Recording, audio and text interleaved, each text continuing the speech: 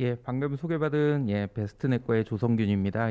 오늘 이제 제가 말씀드릴 내용은 이제 삭감, 실제로는 이제 삭감이라는 정식 용어는 아니고 이제 심사조정이라고 부릅니다. 그래서 이것을 이제 없애는 것, 그런 제로의 시작이라고 이제 강의 제목을 붙였는데요. 사실 저도 삭감이 아예 없진 않습니다. 그러니까 삭감이 없는 게 반드시 좋은 건 아닙니다. 왜 그러냐면 제가 청구 자체를 적게 하고 거기에 맞춰서 하다 보면은 당연히 삭감은 발생하진 않는데 우리가 실제로 행하는 이제 의료 행위나 이런 것들이 약간 위축되는 부분도 있는 것 같습니다.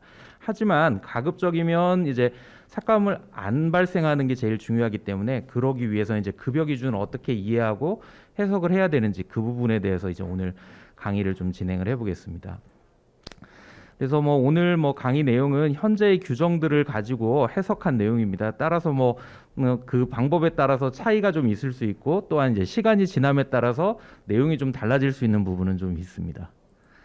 그래서 오늘 볼 내용은 일단은 이제 급여 행위와 비급여 행위를 어떻게 구별을 하는지 그 부분, 그리고 심사 조정이 될 때는 이제 어떻게 되는지, 그리고 심사를 조정을 하게 되면 이제 그 과정이라는 게 있는데 그 과정을 이해하는 것도 상당히 중요합니다. 그래서 심사 과정은 어떻게 이루어지고 있고, 그리고 그 기준이 되는 게 이제 급여 기준 또는 심사 기준이라 그러는데 이것을 이제 어떻게 이해하고 해석을 해야 되는지 그런 부분들, 그리고 여기에 또 들어가는 것 중에 이제 급여 기준에 모든 게 다 나와 있지는 않습니다. 그럴 때 이제 우리가 참조해서 볼 수 있는 게 이제 행위정의라는 것들이 있는데 우리가 어떤 행위를 했었을 때 이제 표준적인 양식이라고 보면 됩니다. 이게 다 맞는 건 아닌데 그런 부분들을 어떻게 찾아볼 것인지, 그리고 그 행위를 하다 보면 이제 재료대 같은 것들이 들어가게 되는데 이럴 때 과연 재료대를 우리가 별도로 산정을 할 수 있는지 아닌지, 아니면 이게 청구를 못하는 물품인지 이런 걸 이제 찾아볼 수 있는 방법, 그리고 약제 같은 경우에는 허가 사항을 꼭 맞춰야 됩니다. 그래서 허가 사항 부분을 조금 강조를 드릴 거고요. 실제로 허가 사항을 어떻게 찾는지 이런 부분들,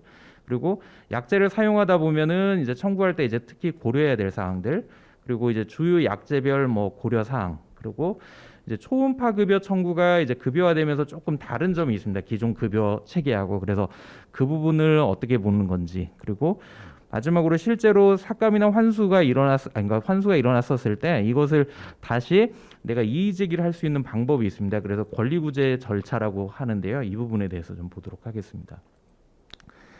일단 급여와 비급여의 구분입니다.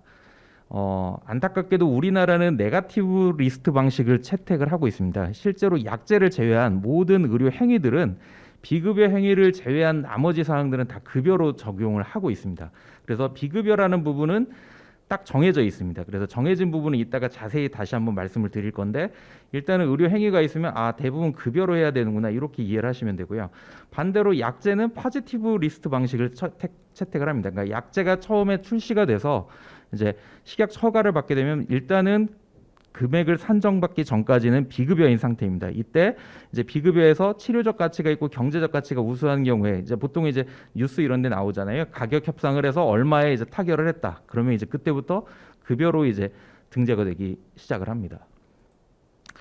그리고 이제 비급여인 경우에는 내가 받고 싶은 대로 다 받을 수 있느냐 그럴 수는 있습니다. 하지만 이제 환자나 보호자한테 먼저 조금 알려야 된다라고 그런 부분들이 좀 있고요.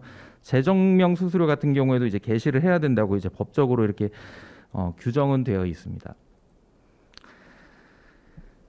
그래서 이제 그 비급여 부분을 먼저 의료 행위 및 검사에서는 확인을 하는 게 중요한데 그 비급여 부분은 건강보험 유형급여 기준에 관한 규칙 별표 2라고 되어 있습니다. 여기에 이제 이런 것들은 이제 비급여로 한다라고 되어 있습니다. 그래서 그 부분을 먼저 확인을 하고 거기에 있는 거는 비급여로 하셔도 됩니다. 하지만 그렇지 않은 경우에는 다 급여다 이렇게 이해를 하시면 되시고, 이제 식약 개중에 보면 이제 새로운 행위나 이런 것들이 왔었을 때 우리는 식약처 허가를 받았으니까 이걸로 비급여로 받을 수 있습니다라고 얘기하는 경우도 있습니다. 실제로 그런 경우들이 있고요. 몇 가지 검사나 이런 부분들에 대해서. 근데 실제로 그렇지 않습니다. 왜 그러냐면 식약처 허가를 받았다고 하더라도 아까 말씀드렸듯이 비급여로 받을 수 있는 그런 이제 신의료 기술로 등재를 받아야 됩니다. 그렇지 않은 경우에는 별도의 금액을 청구를 할 수 없습니다. 그러니까 행위 자체는 할 수 있지만 비용을 받지 못하는 그런 부분들이 있습니다. 그래서 그리고 또 하나는 이제 식약처 허가 사항 범위 안에서는 하셔야 되는데 이것을 초과하는 경우에는 이 논란이 좀 많습니다. 그러니까 급여냐 비급여냐 문제가 아니고 이제 의학적으로 이거는 불법이냐 아니냐 이런 부분들까지 논란이 될 수 있기 때문에 일단 식약처 허가 사항을 조금 확인을 하시는 게 좋고 비급여 행위일지라도 식약처 허가 사항 안에서 하셔야 됩니다. 그리고 이런 것들을 내가 비급여를 임의대로 정했을 때 이제 임의 비급여라고 보통 얘기를 하고, 이런 경우에는 나중에 이제 환수다 이런 부분들이 좀 발생할 수 있습니다. 약제인 경우에는 앞에서 설명드렸듯이 식약 처가를 받은 모든 의약품 일단은 비급여가 되고, 이 이후에 이제 치료적 가치나 경제적 가치에 따라서 이제 급여를 등재하게 됩니다. 그래서 보통 보면은 약제 같은 경우 급여 기준이 뭐 다 나와 있는 경우도 있지만, 약가가 싼 경우에는 보통 이런 급여 기준이 없습니다. 그러면 이제 식약 처가상을 보시고 거기서 맞춰서 처방을 하시면 됩니다. 그러니까 가끔 회원분들 같은 경우에 이제 뭐 이 약제는 급여 기준이 어떻게 되나요? 이렇게 물어보시는 경우도 있는데, 모든 게 다 나와 있진 않거든요. 그리고 급여 기준이라는 것도 이제 상대적으로 고가거나 아니면 처방 빈도가 조금 많아진다, 그러면 급여 기준을 새로 신설합니다. 그럴 때 이제 급여 기준이 되고, 급여 등재가 된 제품은 그냥 식약 처가상에서 맞춰서 쓰면 된다. 그리고 일반적으로 약제 종류가 너무 많다 보면 일반 원칙이라는 고시가 있습니다. 그래서 당뇨병 용제, 아니면 비형 간염 치료제, 아니면 경부형 서방용 제제는 어떻게 한다, 항정신성 약물은 어떻게 한다. 그래서 그렇게 뭉뚱그려서 나온 고시가 있습니다. 걔 중에는 나는 비급여 뭐 하니까 이제 나중에 환수도 되고 이러니까 이거를 나는 전액 본인 부담으로 하겠다, 그래서 그냥 하는 경우도 있는데, 전액 본인 부담 자체도 원칙적으로는 급여입니다. 이제 급여로 등재가 되어 있는데, 아직 뭐 치료적으로 유용성이나 이런 게 적다고 판단을 해서 우리가 보통 얘기하는 의원급에서 본인 부담 비율 30%를 적용받지 못하는 경우입니다. 그래서 그런 경우에 이제 전액 본인 부담으로 하는데, 이런 경우에는 상한제 금액이 정해져 있기 때문에 그 상한 금액 안에서 하셔야 되고요. 그리고 급여기 때문에 기준이 별도로 있습니다. 그래서 급여 기준에 이런 식으로 표시되어 있습니다. 뭐뭐뭐뭐 외에는 전액 본인 부담으로 한다. 이런 경우는 이제 전액 본인 부담이 가능하고, 당연히 금액의 상한가가 정해져 있기 때문에 금액이 정해져 있고요. 이런 경우에 이제 급여 기준하고 동일하게 처방 내용 및 상병 코드를 심평원에 보내야 됩니다. 그리고 허가 사항도 당연히 맞춰야 되고요. 하지만 이게 이제 약가 자체는 뭐 전액 본인 부담인데, 실제로 행위 자체는 급여기 때문에 여기에 수반되는 조제료나 수기료 등은 급여로 적용을 할 수 있습니다. 그러면 이제 본격적으로 비급여 대상, 아까 처음에 설명드렸듯이 국민건강보험 요양급여 기준에 관한 규칙 별표 2에 이렇게 되어 있습니다. 그래서 항목별로 보면은 업무 또는 일상생활에 지장이 없는 경우에 하는 경우를 비급여로 한다고 되어 있습니다. 그러니까 단순한 피로 및 권태 이런 경우가 뭐 이런 영양제 수액제 이런 경우는 가능하겠죠. 그리고 그 제재가 자체가 급여 수액제가 아니라 그러면 뭐 전혀 논란의 여지가 없습니다. 그리고 뭐 발기부전이나 코고름 뭐 이런 경우에 이제 비급여로 할 수 있고, 두 번째 항목에서는 이제 신체 필수 기능 개선 목적이 아닌 경우, 그러니까 성형 수술이나 외모 개선, 아니면 시력 개선 이런 경우, 키 성장 이런 경우에는 이제 비급여로 할 수 있다고 되어 있습니다. 그리고 예방 진료입니다. 이 부분을 조금 해석을 잘 하셔야 되는데요. 여기서 보면 예방 목적이라는 건 현재 질환이 있는 상태가 아닌 경우입니다. 그래서 본인이 나는 뭐가 있는지 궁금하다, 그런 경우 이제 이건 건강검진이 되기 때문에 이거 자체 행위는 비급여가 되게 됩니다. 그래서 예를 들어 초음파를 하러 왔는데 환자가 나는 증상도 없고 나는 당연히 궁금해서 해보겠다, 이런 경우에는 이제 비급여가 되는 경우고요. 당연히 예방 접종은 예방 목적이니까 그럴 수 있고, 또 논란이 될 수 있는 게 여행 가기 전에 뭐 약을 타러 오는 경우, 이런 경우 현재는 증상이 없고 앞으로 생길 거에 대한 겁니다. 그래서 이런 건 예방 목적이기 때문에 그런 경우는 원칙적으로 비급여가 맞습니다. 그리고 뭐 재증명 수수료 이런 것들 경우에 비급여 대상이 될 수 있습니다. 예를 들어서 뭐 설명을 드리면, 앞에서 설명드렸듯이 의학적인 필요성 없이 시행하는 초음파 검사 이런 경우에는 당연히 건강검진 목적이 되는 거고요. 간혹 이제 차팅에다가 이렇게 본인의 희망에 의해서 원해서 뭐 검사를 한다고 하고 급여 처리를 하는 경우가 있습니다. 이런 경우는 나중에 논란이 될 수 있습니다. 그렇기 때문에 가급적 만약에 이 환자를 급여 처리를 하겠다고 판단이 섰고 실제로 그런 필요성이 있다 그러면 원해서 이런 표현들은 조금 자제를 하시는 게 맞습니다. 나중에 이걸 가지고 이제 논란이 되는 경우들이 있거든요. 그리고 금연 치료 같은 경우에도 이제 비급여기 때문에 저희가 청구를 하더라도 이게 공단에서 별도의 재정을 가지고 하는 거거든요. 그래서 그런 경우에 이제 비급여가 되고, 앞에서 설명드렸듯이 여행 가기 전에 뭐 나는 미리 약을 처방을 받겠다 이런 경우, 그다음에 체온 검진 이런 거는 뭐 내가 질환이 있어서가 아니기 때문에 이런 경우는 다 모두 비급여에 해당이 됩니다.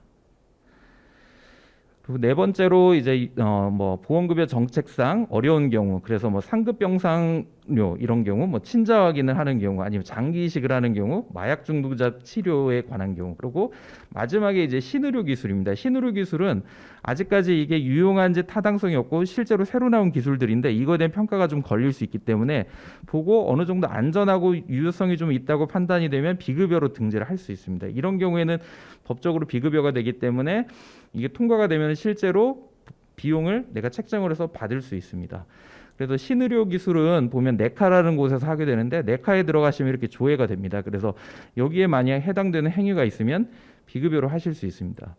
그래서 최근에 많이 나오는 게 이제 중증급성 호흡기 증후군 코로나 바이러스 항체 검사 이렇게 해서 이제 많이들 하고는 계시는데 여기에 보면은 그 허가를 받았던 목적 자체가 코로나19 감염의 진단 보조, 그리고 코로나19 이전 감염의 여부 확인 보조로 되어 있습니다. 그래서 이게 예방접종 이후에 항체가 어느 정도 형성됐는지 확인하는 목적은 나중에 논란이 좀 될 수 있는 부분이 있습니다. 그 현재 상황에서는. 그래서 이것 역시 이 기준에 맞는다 그러면 신의료 기술이 적용이 되는 거고 이런 경우에는 비용을 내가 산정을 해서 받을 수 있습니다. 그럼 이제 심사조정 심사조정 즉 삭감이 어떻게 일어나는지를 좀 보도록 하겠습니다. 이건 이제 뭐 제가 받았던 서류인데요. 보시면 이제 환수금이 3180원 한 3, 4년 전에 받았던 겁니다. 보면은 나는 진찰료 15,000원 냈는데 어이씨 나보러 3만 원을 내라 그러니 이게 참 억울할 노릇이죠. 보면은 그래서 이런 경우에 잘 보면은 이게 어떤 경우였냐면 처음에 그 헬리코박터균 제균 치료가 확대되면서 심평원에서도 미처 거기에 대해서 대응을 못했습니다. 그러다 보니까 삭감이 났었거든요. 바로 뭐 이의 제기해서 다시 돌려받긴 했었는데 이런 경우도 있습니다. 그러니까 급여 기준이 바뀌다 보면 심평원에서도 놓치는 경우들이 있습니다. 그래서 그런 경우에 그렇고 실제로 약제가 환수되면은 금액 자체가 크기 때문에 조금 부담이 많이 됩니다. 그리고 보시면 이렇게 참조란에 어떤 경우에는 여기다 안내를 해줍니다. 이러이러해서 삭감이 됐으니까 뭐 이렇다. 그리고 그렇지 않은 경우에는 이 그 심사했던 부서에 전화를 해서 이걸 가지고 싸울 필요는 없습니다. 왜 그러냐면 그 사람은 이 삭감을 보낸 다음에 이것을 다시 이의 신청할 때는 아무런 역할을 못 합니다. 대신에 그 사람하고 통화를 해서 정보를 조금 알아야 됩니다. 왜 내가 이게 삭감 환수가 됐는지. 그러면 그 다음에 대응을 하면 되거든요. 그러니까 그 사람하고 이걸 왜 내 걸 가지고 삭감을 했느냐 이걸 가지고 논란을 갖기보다는 왜 니네가 이런 기준을 가지고 환수 처리를 했는지 그것을 먼저 좀 들어보고 그 다음에 대응을 세워서 바로 그냥 이의 신청을 하면 됩니다. 그래서 저 같은 경우도 확 전화해봤더니 본인들이 아직 전산 로직을 못 걸어서 그렇다. 그래서 사실 뭐 그거에 맞춰서 바로 이의 신청을 했던 케이스입니다. 그래서 원해 처방약이 가장 문제가 되는데 이런 경우에 이제 약제비가 환수되다 보니까 배보다 배꼽이 큰 일들이 생기고 만약에 이제 약제가 이제 여러 가지가 있는 경우에 모두 조정이 되는 경우에는 약제비뿐만 아니라 외래 관리료 그리고 조제에 관련된 비용도 다 환수가 됩니다. 그러니까 특히 이제 뭐 비형 간염 치료제 같은 경우에 뭐 엄청나죠. 금액 자체가. 그런 경우들도 있습니다. 그리고 주사제인 경우에도 약제비뿐만 아니라 수기료, 그다음에 의약품 관리료 이런 부분들이 환수가 되기 때문에 특히 약제 같은 경우에는 조금 청구를 할 때 특히 약제를 처음에 내가 등록을 할 때 허가 사항이나 이런 부분들을 조금 잘 확인을 하는 게 필요합니다. 본격적으로 이제 심사 과정을 보겠습니다. 요양기관에서 원장님들이 심평원으로 명세서를 가지고 접수를 하시게 되면 처음에 2, 3일 동안 전산 점검을 합니다. 여기에서는 아주 기본적인 겁니다. 그러니까 환자 성별이나 자격, 단가, 코드가 착오된 건 없는지 이런 것들을 먼저 돌려보고 여기에서 문제가 있으면 바로 다시 돌아오기도 합니다. 그 다음에 여기에서 문제가 없다 그러면 본격적으로 전산 심사를 하는데 이것까지도 제가 알기로는 시간이 일주일 안에 끝나는 걸로 알고 있습니다. 그래서 뭐 컴퓨터가 하는 거니까요. 그래서 심사 기준, 상병, 그다음에 허가사항 이런 거를 이제 로직으로 넣어놓고 컴퓨터로 싹 돌린 다음에 이 다음에 별 문제가 없는 것 같으면 이제 일반 심사를 해서 여기서 지표 같은 걸 본 다음에 별 문제가 없으면 바로 그냥 통보를 해줍니다. 그런데 만약에 조금 논란이 많다거나 그 기관에서 조금 들여다볼 게 있다 그러면 이제 선별 집중 심사라는 걸 하게 되고요. 가끔 보다 보면은 어떤 뭐 금액이 좀 큰 행위 이런 경우에는 잠깐 보류가 걸리는 경우가 있습니다. 보류가 걸리면 여기 심평원 내에서 이제 직원이 보고 직원이 안 되면 그다음에 상근위원 심사분들한테 이제 여쭤봅니다. 그렇기 때문에 시간이 조금 걸리고요. 이렇게 되면은 딱 보류가 걸리면 얘들이 이제 조금 집중적으로 들여다보고 있구나. 그걸 조금 인지를 하셔야 되고요.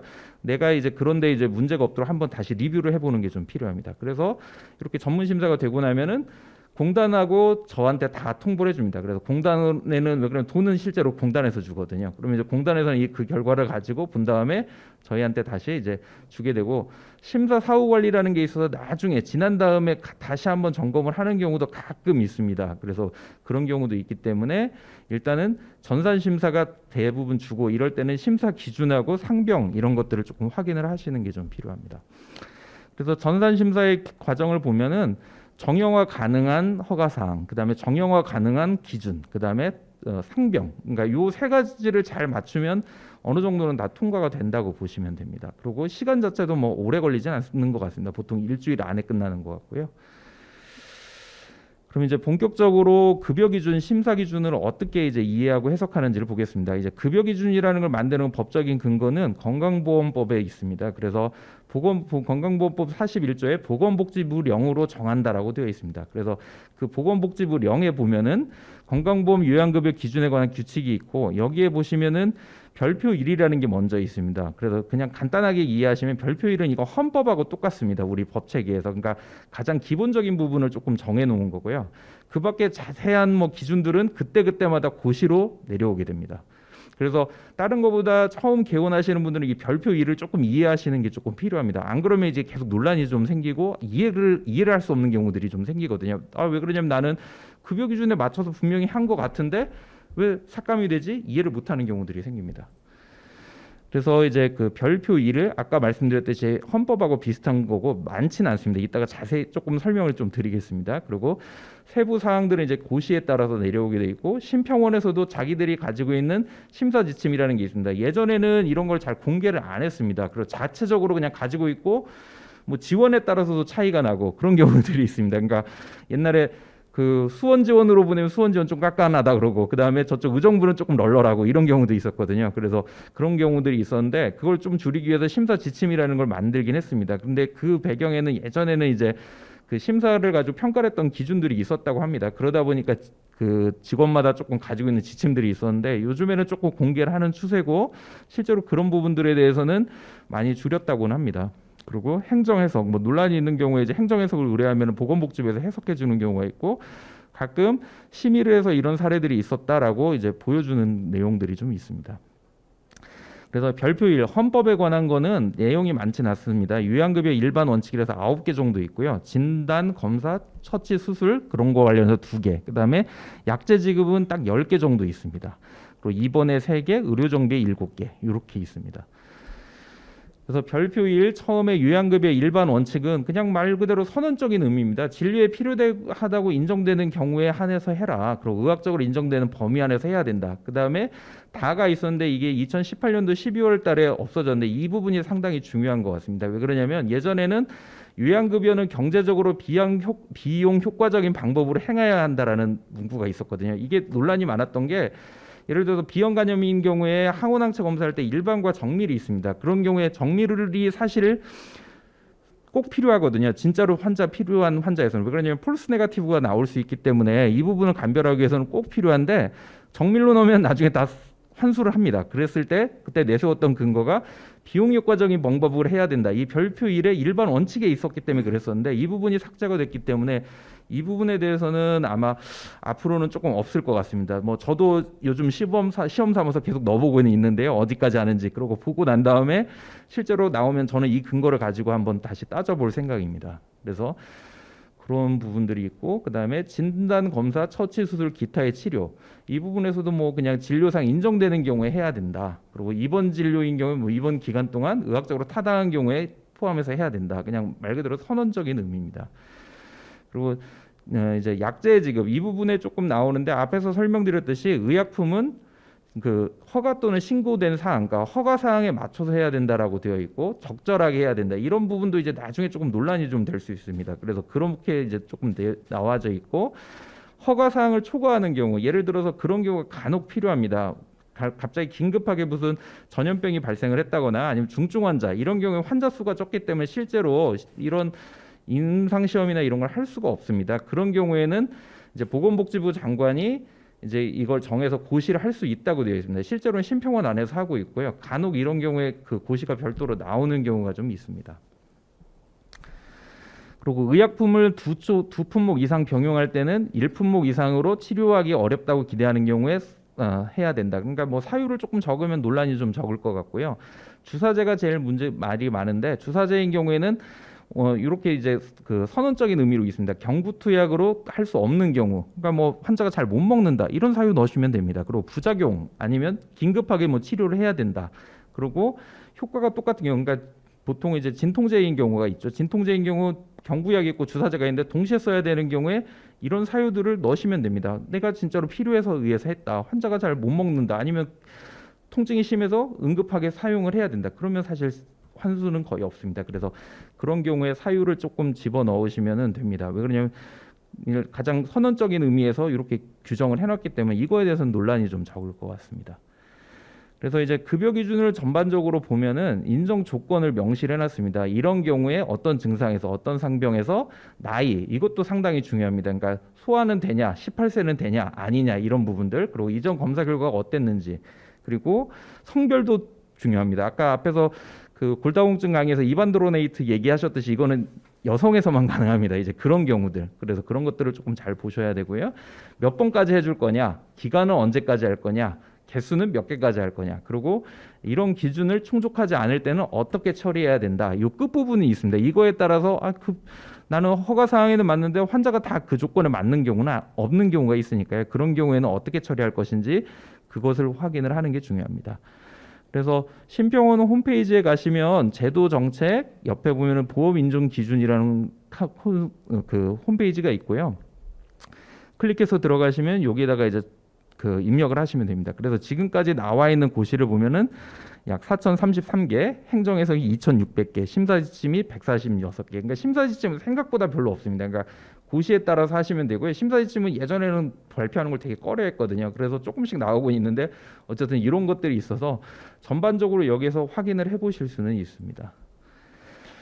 이제 본격적으로 그 급여 기준 자체를 놓고 보겠습니다. 예를 들어서 테리파라타이드라는 주사제가 있습니다. 그래서 허가사항 범위 내에서 해야 된다, 이런 문구는 다 들어가 있습니다. 거의 빠진 경우는 없습니다. 그래서 아래와 같은 기준으로 투여 시 요양급여를 인정하고, 이 기준을 넘어서는 경우에는 전액 본인 부담으로 해라. 그러니까 허가사항만 맞고 기준이 안 맞으면 100대 100을 해도 된다, 이런 내용이라고 이해를 하시면 됩니다. 그래서 나이도 65세 이상이 돼야 되고, 이전 검사에서 어떤 기준에 맞아야 되고, 기간은 언제까지 된다, 이렇게 나와 있습니다. 그래서 골다공증의 일반 원칙에서도 똑같이 허가사항 범위 안에서 기준이 맞으면 급여로 해주고, 그 다음에 그렇지 않으면 약값 전액을 본인 부담을 한다. 그러면 이제 약값 전액 본인 부담을 하더라도 상병 코드는 쭉 넣으셔야 됩니다. 상병 코드를 안 넣으시면, 왜 그러냐면 전액 본인 부담도 아까도 말씀드렸지만 급여이기 때문에 상병 코드가 꼭 필요합니다. 그래서 상병 코드는 꼭 넣으시고, 단순히 예방 목적으로 하는 경우에는 뭐 친절하게 여기 비급여라고 나와 있는데, 실제로 예방 목적은 앞에서 설명드렸듯이 무조건 비급여이기 때문에 그냥 비급여로 하시면 됩니다. 그리고 이제 이런 것들이 행위 정의가 좀 명확하게 이제 급여 기준에 어떻게 해야 된다고 나온 경우도 있지만 그렇지 않은 경우들도 있습니다. 그래서 어떤 행위가 포함되는지, 실제로 내가 급여 기준 하나를 적용할 때 어떤 행위들이 포함되는지 확인을 해야 되면 이제 일단 급여 기준을 보시고요. 만약 급여 기준에 다 안 나와 있다 그러면 행위정의라는 걸 조금 들어가서 보면 됩니다. 이런 식으로 하면 된다라는 거. 그리고 별도 청구가 가능한 재료대가 과연 있느냐, 이것도 이제 재료대를 확인할 수 있는 방법이 있습니다. 이거는 그 요양기관 업무 포탈 심평원에 거기 들어가셔가지고요. 그 다음에 심사기준 종합서비스라는 데 들어가시면 나옵니다. 예, 죄송합니다. 근데 이 행위쟁의가 과연 그 절대적인 거냐, 그건 아닙니다. 그냥 표준적 지침으로 사용하기는 적합하지 않다고 되어 있습니다. 그러니까 행위정의라는 걸 만든 것 자체가 실제로는 그 수가 산정을 할 때 자료 쌓을 때 만든 거거든요. 그렇기 때문에 다 이게 기준에 들어가진 않습니다. 딱 이렇게 나와 있습니다. 그러니까 이걸 꼭 다 참고할 필요는 없지만 그래도 이렇게 하면은 문제의 논란은 없겠다라고 이해를 하시면 됩니다. 그래서 선언적으로 앞에 이렇게 아까 제가 말씀드렸던 내용이 들어가고요. 아까 그 들어가시다면 심사기준 종합서비스에 들어가면 행위정의가 나오고요. 여기에다가 대고 그 보험 코드 여기다 넣으시면 됩니다. 저는 이제 내시경을 주로 해서 이제 상부위장 간 내시경 검사를 딱 넣어보면 뭐 이런 경우에 하고 순서는 6시간 금식하고 이런 행위들을 하면 된다라고 되어 있습니다. 그리고 뭐 사례는 이런 경우에 하면 된다. 그래서 참고를 조금 해보실 수 있습니다.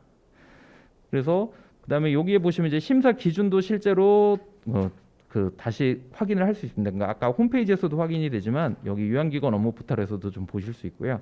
이 재료비가 상당히 중요합니다. 그래서 실제로 이 행위를 할 때 내시경 할 때 재료가 여러 가지가 들어가거든요. 여기서 과연 들어갈 수 있는 것과 그렇지 않은 게 무엇인지 그것을 볼 수 있는 게 이 행위 정의에 보면은 진료 비용 부분에 보시고요. 그다음에 그 재료비로 확인하시면 됩니다. 그래서 재료비에 보면은 그 반창고에서부터 뭐 생리식염수 뭐 쭉 나열이 되어 있습니다. 그래서 뭐 20몇 가지 정도 되는데 여기서 논란이 많은 게 이제 마우스피스, 우리가 내시경할 때 마우스피스 쓰잖아요. 이거는 행위에 기본적으로 들어가 있습니다. 그러니까 이건 별도 산정할 수 없는 품목입니다. 그러니까 수가를 산정할 때 이미 금액이 반영이 되어 있습니다. 그리고 가끔 산소가 필요한 경우가 있거든요. 수면 내시경 하다 보면 산소 떨어지는 경우에 이때 이제 네이절 캐뉼라 이런 경우도 다 들어가 있습니다. 그래서 이거를 별도로 산정을 해서 나중에 이제 현지 확인이나 이런 거에서 이제 환수가 되는 경우들이 좀 있습니다. 그래서 그런 경우를 대비하기 위해서는 특히 큰 행위에서는 과연 들어간 항목이 뭐고 내가 실제로 별도로 청구할 수 있는 항목이 뭔지를 조금 확인을 조금 하시는 게 좀 필요합니다. 이제 허가사항, 약품의 허가사항은 이제 식약처에 있습니다. 그래서 의약품 안전나라라는 데 들어가서 검색을 하시면 되고요. 이게 가끔 바뀌는 경우도 있기 때문에 특히 약제 처음 등록하실 때는 꼭 확인해 볼 필요가 있습니다. 특히 신약인 경우에 예를 들어서 계열이 비슷한 약인데 그러니까 PPI라고 하더라도 다 다르거든요. 왜 그러냐면 처음 나오는 제품은 그런 임상시험이나 이런 걸 많이 못한 경우가 있습니다. 그러니까 허가사항이 좁은 경우가 많습니다. 그렇기 때문에 의약품 안전나라라는 데 들어가서 확인을 하실 필요가 있습니다. 저 많이 쓰는 약제인데 이제 자낙스 약제인데요. 보면 이게 정신과에서만 쓸 수 있느냐? 그렇지 않습니다. 그러니까 정신신체장애, 위12장교형 아니면 과민성 대장 증후군 때 쓸 수 있다고 되어 있습니다. 그러니까 허가사항에 맞는 거고 저는 여기 있는 코드 넣고 처방하고 있습니다. 전혀 뭐 문제는 없고 예, 그렇습니다. 그리고 내시경 이제 세척 소독료인 경우에도 급여 기준에 이렇게 예, 죄송합니다. 식약처 허가를 받은 소독액을 써야 된다. 그래서 실제로 소독액도 종류가 많거든요. 업체에서 이거를 가지고 오는데 이걸 다 확인을 안 하시는 경우가 간혹 있습니다. 그리고 약제마다 시간이나 이런 게 조금 차이가 납니다. 그래서 꼭 이거는 확인을 조금 하셔야 되고요. 확인해 보시면은 뭐 오피덱스라는 약제는 내시경 위에서 쓸 수 있다고 되어 있고 통상 5분 이상 담근다. 그러니까 5분만 잘 지켜주면 전혀 문제가 안 됩니다. 근데 그 중에 어떤 그 소독액 같은 경우는 1시간 해야 되는 경우도 있고 20분을 해야 되는 경우도 있습니다. 그러니까 그렇기 때문에 그런 부분들을 처음에 조금 확인을 조금 하셔야 되고요. 그래서 약제 사용 청구할 때 제일 중요한 게 일단은 허가 사항을 먼저 확인한다. 약제는 항상. 그리고 급여 등재 약품인지를 확인해 본다. 그리고 급여 등재가 아니면 그냥 내가 비급여로 쓰시면 되고요. 급여 등재 약품이면 급여 기준이 원래 나와 있는지를 한번 검색을 해보시고 거기 없으면 허가 사항에 맞는 그냥 상병 코드 넣으시면 되고요. 그다음에 전액 본인 부담으로 해야 되는 경우가 간혹 있는데 이건 비급여가 아닙니다. 그렇기 때문에 급여 기준에 이외에는 뭐 환자 본인 부담으로 하도록 이런 식으로 되어 있습니다. 그러니까 이런 문구가 있는 경우에는 전액 본인 부담으로 할 수 있고 이게 급여기 때문에 진찰료나 조제료, 투여수기료는 모두 다 급여로 가능합니다. 다만 상병을 넣으셔야 된다. 그리고 뭐 급여 약제라고 하더라도 상황에 따라서 그 예방 목적으로 하는 금연 치료나 뭐 말라리아 예방약 이런 경우에는 비급여로 적용을 할 수 있습니다. 그래서 급여 등재 약품 외에는 식약 허가를 받았으면 이제 비급여로 그냥 처방을 하셔도 되는 약제들입니다.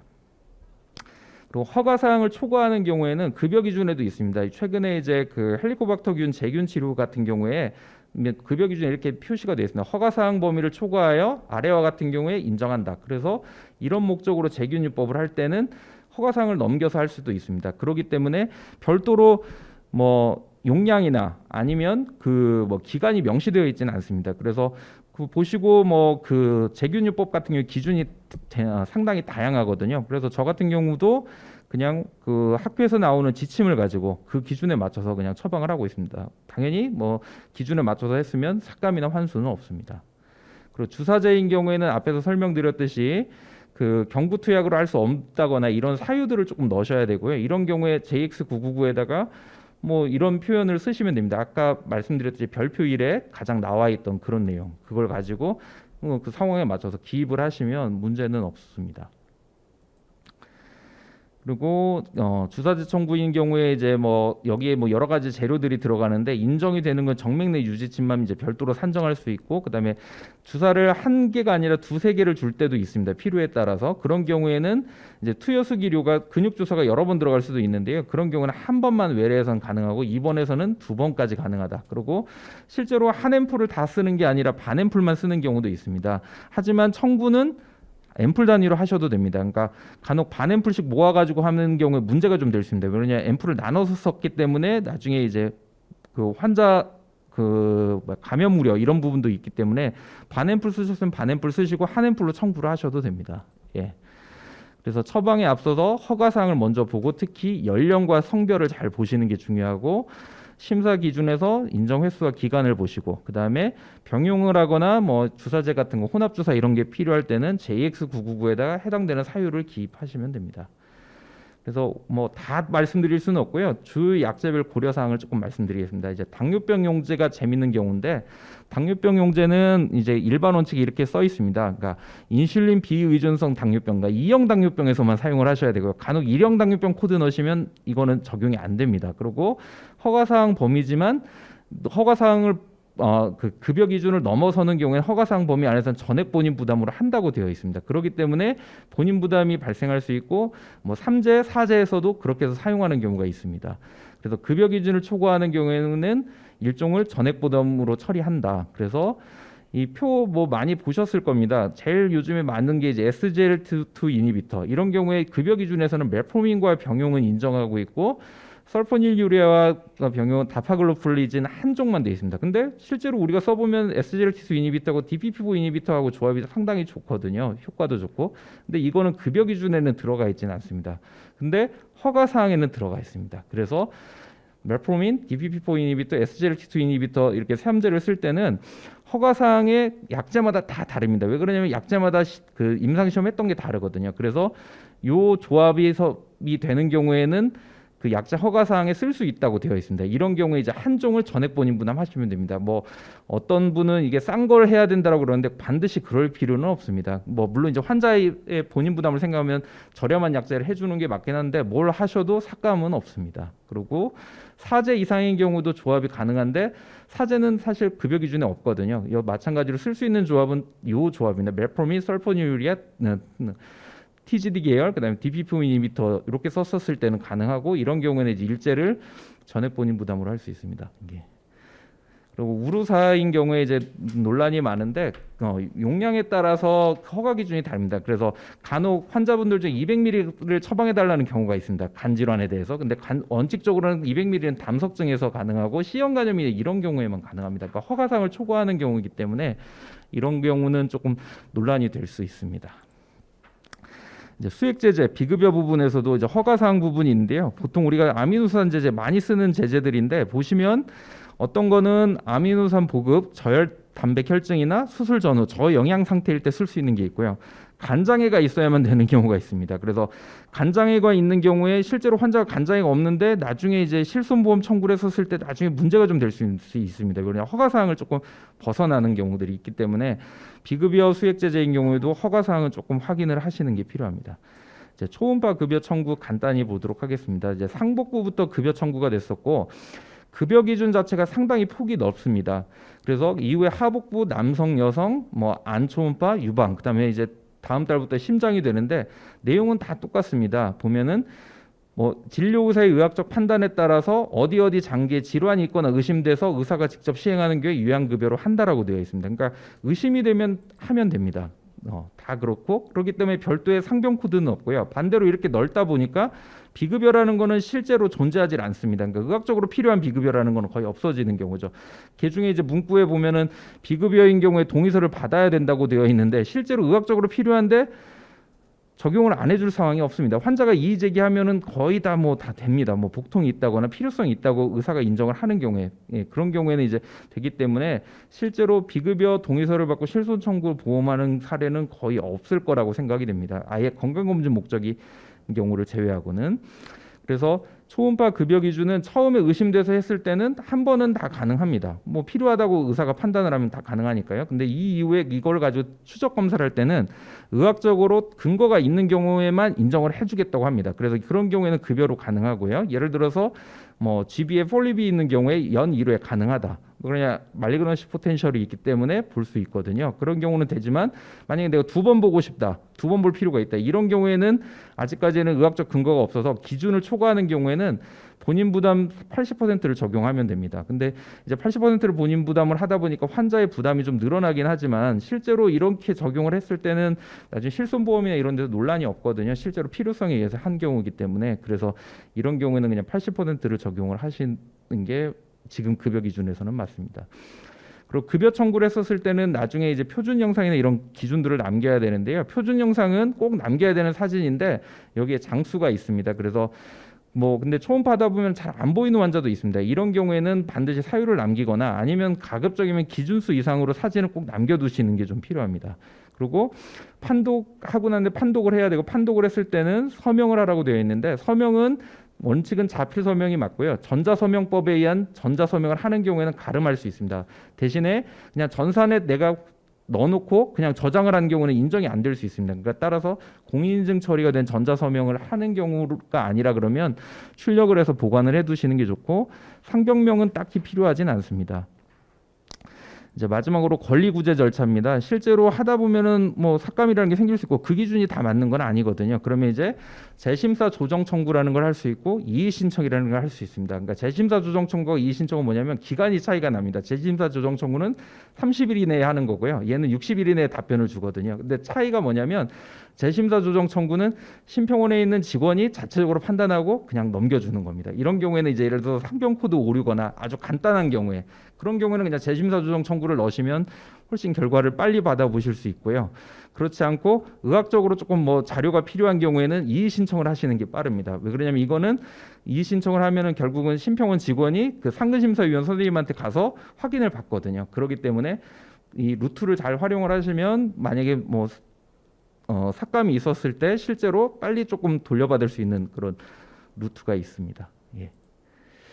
그리고 제가 지금까지 말씀드린 내용은 매년 이제 아마 조금 있으면 나올 텐데요. 급여 기준과 심사 지침이라는 게 있습니다. 그래서 일반적인 약제를 제외한 부분들 그리고 약제에 관한 내용이 조금 있고요. 뭐 내용이 많다고 그러면 많다고도 볼 수 있는데 과별로 다 특징이 있기 때문에 실제로 다 들여다보시는 데는 한 주말 한 2번 정도인가 한 3일 정도 읽어보시면 대충 볼 수 있습니다. 그러고 나면 감이 좀 잡히니까 다 외울 수는 없더라도 한 번 정도는 확인을 해보시는 게 조금 필요할 수 있을 것 같습니다. 예, 이상입니다.